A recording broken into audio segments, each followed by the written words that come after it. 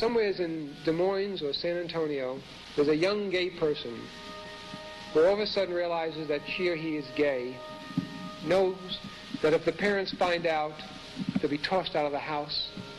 The classmates would taunt the child, and the Anita Bryans and John Briggs are doing their bit on TV, and that child had several options: staying in a closet, suicide, and then one day that child might open a paper and it says homosexual elected in San Francisco, and there are two new options.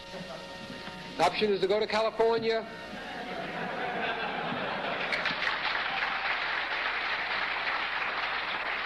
stay in San Antonio and fight. Gay rights to me means equal rights. It means that we're all treated with respect. It's essentially the golden rule. You treat others the way you would like them to treat you. It's not special rights. It's not something less than. We should all be respecting each other as human beings. For me, it's not necessarily about gay rights, it's about human rights. I feel that every human being should be treated the same. Every human being should have the same rights. So, and when it comes to marriage, if two people love each other no matter what sexuality they are, it doesn't matter. It's about the institution of marriage, in my opinion, is about love, and it's about two people coming together, and I think anyone should be able to do it.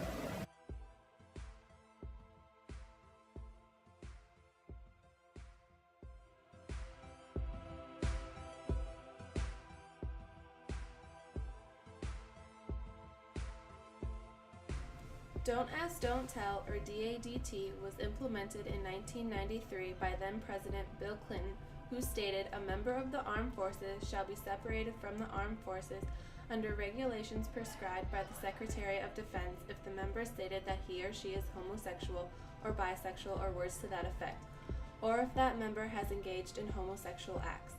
However, gays were permitted to serve as long as no one discovered their sexuality. If someone did discover their sexuality, they were immediately discharged from the military.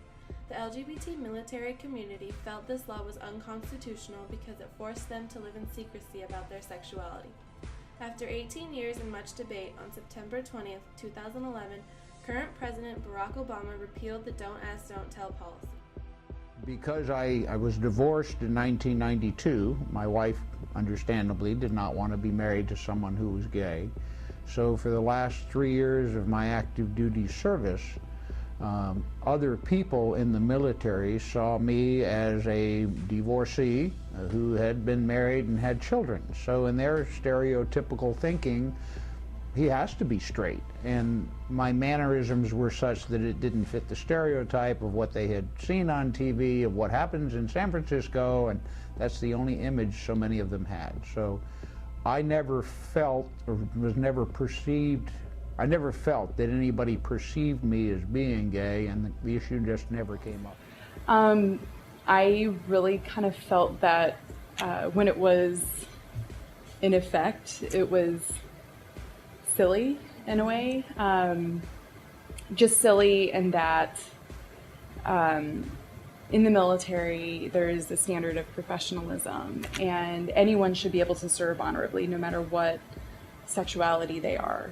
And the fact that, you know, someone over here who's married and has kids can talk about it and bring in pictures, and that's acceptable, but it's not acceptable for, you know, another person who maybe has the same sex partner. And, you know, it basically created an atmosphere that may not have been very positive for those individuals.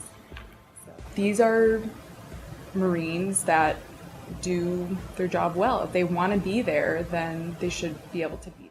If someone is ready and fit and able to do their job, no matter what sexuality you are, you should be able to do that. It's your right as an American. It's not about the sexuality, it's about being able to do your job and being effective at your job. During the 2008 election in California, Proposition 8 was proposed. Prop 8 stated that only a man and a woman were legally eligible to marry. This proposition passed and was added to the California Constitution, Article 1, Section 7.5. This affected the gay community in a negative way by denying their right to marry one another. Many gay and straight people were against this proposition. They held protests to try and prevent Prop 8 from being applied to the Constitution. However, there were big supporters of Prop 8, such as the Mormon Church and other Christian and Catholic churches. In an attempt to utilize the media, they created posters and commercials to try and prove that being gay is wrong due to the fact that they cannot reproduce with one another. People against Prop 8 provided around $20 million to outlaw same-sex marriage. It's ridiculous that a group of people think that because someone is gay or lesbian or just, is outside of the social norm, that they need to control and say who they can marry, who they can't marry, that it's evil, that it's against God's will, because all in all, if people are so upset about calling it a gay marriage, why not just call it something else? Personally, I'd be against it. I feel like marriage is like a lofty concept, and it can be applied to a lot of different things. And I don't think the line should be drawn between a male and a female. I think you can have same-sex marriage, and nothing bad will happen. The American dream, I think, is best explained in some of the founding documents and in the Pledge of Allegiance. In the Declaration of Independence, where we speak about life, liberty, and the pursuit of happiness. I think those three tenets embody the three most important aspects of what equal rights should mean. And then when we get to the Constitution, they identify things like providing for justice for all, equal treatment, tranquility, domestic tranquility, providing for the common defense, essentially speaking about liberty for everyone. And then the Pledge of Allegiance, when it ends with those words, with liberty and justice for all, that to me is what it's literally all about. I think that, I think gays should be able to marry. I think that, what a family is can be anything. We strongly believe in equal rights for everyone. But there's hope for a better world. There's hope for a better tomorrow. Without hope, not only gays, but those blacks and the Asians, the disabled, the seniors, the us's, without hope, the us's give up. I know that you cannot live on hope alone, but without it, life is not worth living.